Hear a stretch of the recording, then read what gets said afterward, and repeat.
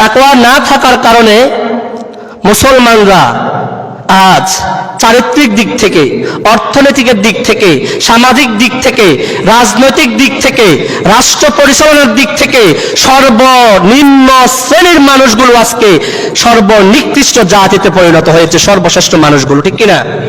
শুধুমাত্র একটি কারণ, তার কাছে আল্লাহর ভয় অন্তরে নাই। এজ এ মুসলিম হিসাবে 24 আওয়ার্স 24 ঘন্টা মোমেন যদি দাবি করি, মুসলমান যদি দাবি করি, আমাদের প্রত্যেকের অন্তরে ভয় থাকা দরকার। কার? যদি আল্লাহর ভয় থাকে তাহলে সে কখনো চুরি করবে না, ঠিক কিনা? যদি আল্লাহর ভয় থাকে সে কখনো দুর্নীতির সাথে সম্পৃক্ত হবে, কথা বলো ঠিক নাকি? যদি আল্লাহকে ভয় করে সে কখনো অনৈতিক কাজের সাথে সম্পৃক্ত হবে। যদি আল্লাহকে ভয় থাকে তাহলে সে কখনো মাদক আসক্ত ইয়াবাখোর কোন ছেলে সন্তান হবে। যদি আল্লাহর ভয় থাকে তাহলে সে কখনো নারী পরকীয় জিনার সাথে লিপ্ত হতে পারে। যদি আল্লাহর ভয় থাকে সে কখনো টেন্ডারবাজি, চাঁদাবাজি করতে পারে। যদি আল্লাহর ভয় থাকে সে কখনো ওজনে কম দিতে পারে। তাহলে দেখেন তো, আমরা যদি বলতে যাই আমাদের এই সমাজ, দেশ, রাষ্ট্র, ব্যক্তি জীবন, পারিবারিক জীবন, সামাজিক জীবন, সমাজের রাষ্ট্রীয় জীবন, সর্বক্ষেত্রে যদি আমরা যদি একটা জিনিস উপলব্ধ করি, আমাদের কাছে আল্লাহর ভয়।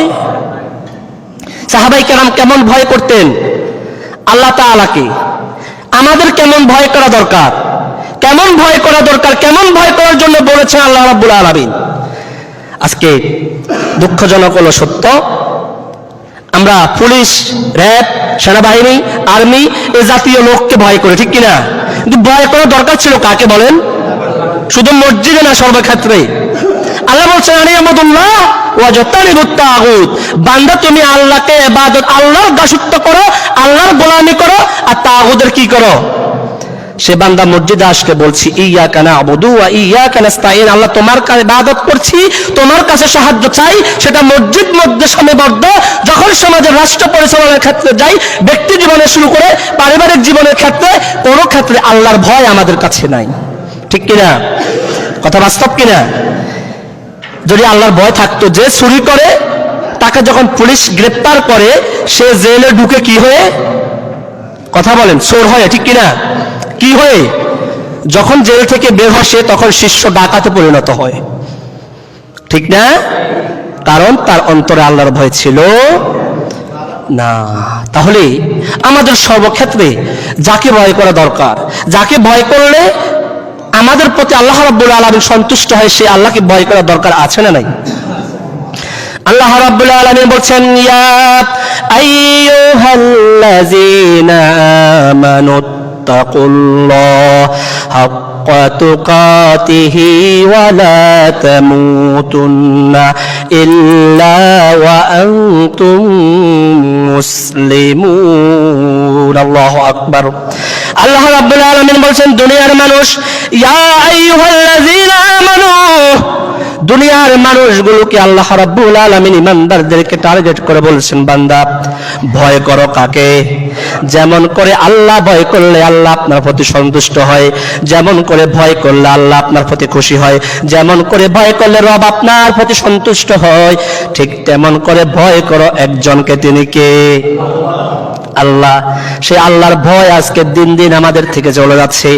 দুনিয়ার ব্যক্তি জীবন, পারিবারিক জীবন, সামাজিক জীবন, সর্বক্ষেত্রে যখন আমরা জীবন পরিচালনা করি তখন দেখা যায় আল্লাহ যে আমাদের কাছে আছেন সেটা আমরা ভুলে যাই। দুনিয়া বান্দা গোপনে কি করো, প্রকাশ্যে কি করো, দিনে কি করো, রাতে কি করো, আল্লাহ রাব্বুল আলামিন তার বান্দাদের কাঁধে দুইজন সম্মানিত সিসি ক্যামেরা দ্বারা দুইজন ফেরেশতা সেট করে দিয়েছেন। কে?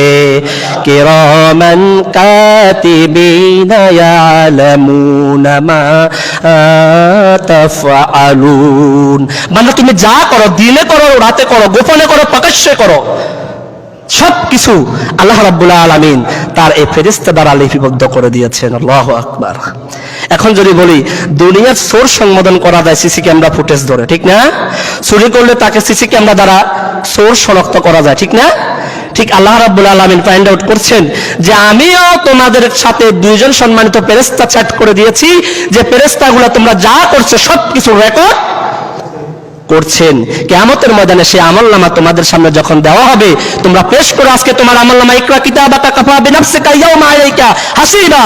আজকে তোমার আমলনামা তুমি পেশ করো। কার কথা?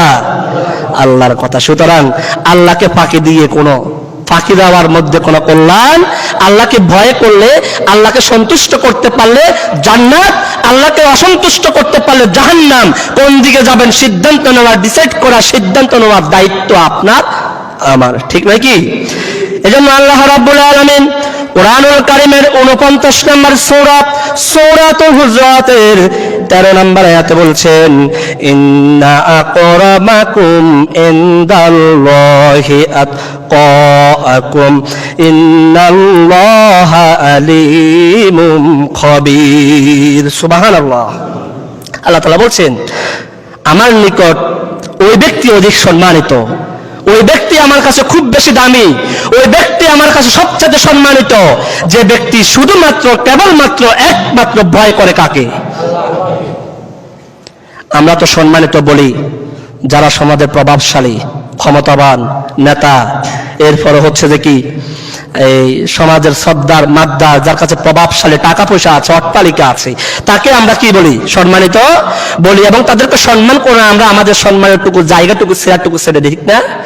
আসলে আল্লাহকে কে ভয় করে, সম্মানিত কারা আর অসম্মানিত কারা, সেটা সিদ্ধান্ত নেওয়ার আল্লাহ ছাড়া দুনিয়ার কোনো মানুষ জানেন না। সুতরাং আল্লাহ তাআলা বলছেন, ইন্না আকরামাকুম ইনদাল্লাহি আতকাকুম, আমার মাঝে, আমার কাছে সবচাইতে সম্মানিত হচ্ছে ওই ব্যক্তি যে সর্ব অবস্থায় 24 আওয়ার্স 24 ঘন্টা ভয় করে কাকে?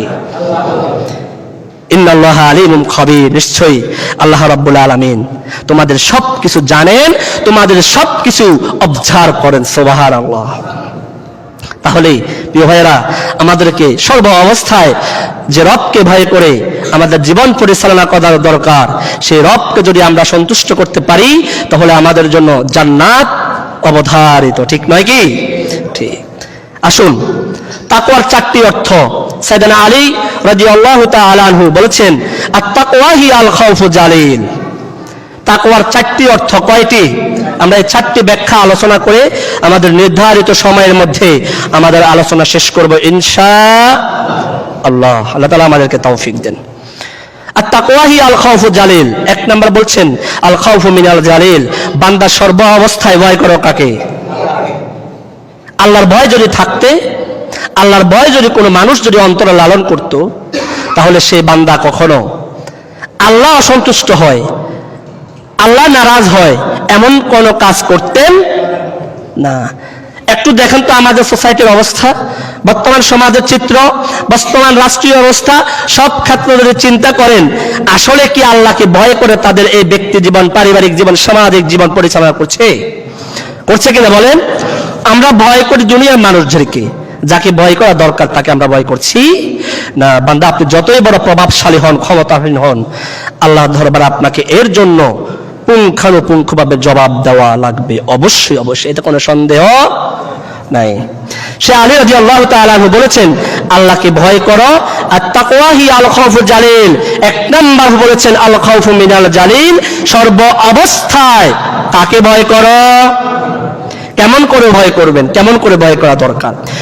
আব্দুল্লাহ ইবনে ওমর রাদিয়াল্লাহু তাআলা আনহু একদিন তার সাথীদেরকে নিয়ে সফরে বের হলেন।